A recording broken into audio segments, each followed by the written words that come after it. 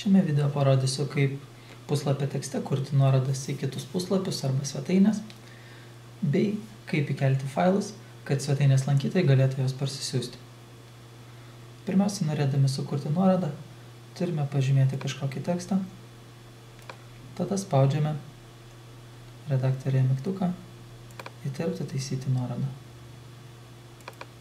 Įvedame svetainės, į kurią norėtume, kad vestų mūsų nuorodą adresą. Spaudžiame OK.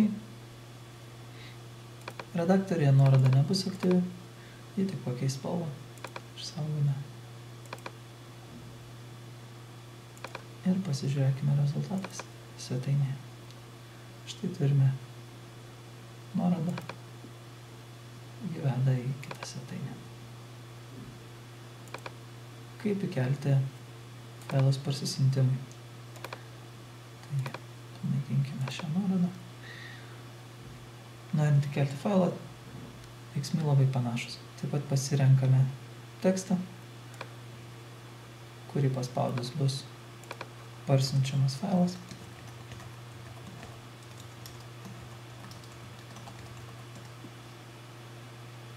Pažymime tekstą.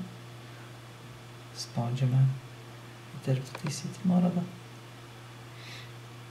Tik čia dabar spauskime naršyti po serverį. Pasirenkame failą įkelimą, susirandame norimą dokumentą, keliame jį. Spaudžiame select ir spaudžiame OK. Dabar belieka išsaugoti. Ir einame į svetainę, pasižiūrėsime rezultatą. Štai turime nuorodą parsisiųsti dokumentą. Ją paspaudus, automatiškai parsiunčiamas dokumentas. Taip galite įkelti PDF failus, Excel failus ar bet kokią kitą informaciją.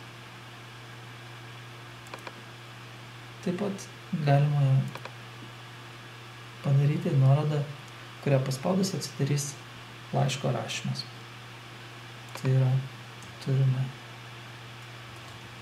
elektroninio pašto adresą ir norėtume, kad jį paspaudus automatiškai būtų rašomas laiškas. Pažymime tekstą, spaudžiame įterpti taisyti nuorodą. Tik štai čia nuorodos tipo pasirinkime elektroninį paštą. Ir belieka įvesti elektroninio pašto adresą, kurio turėtų būti siunčiami laiškai paspaudus ant šios nuorodos. Išsaugome. Pasižiūrėkime rezultatą. Štai turime elektroninio pašto adresą. Ant jo paspaudus atsidarys jūsų pašto programa su pasiūlymu iš karto rašyti laišką.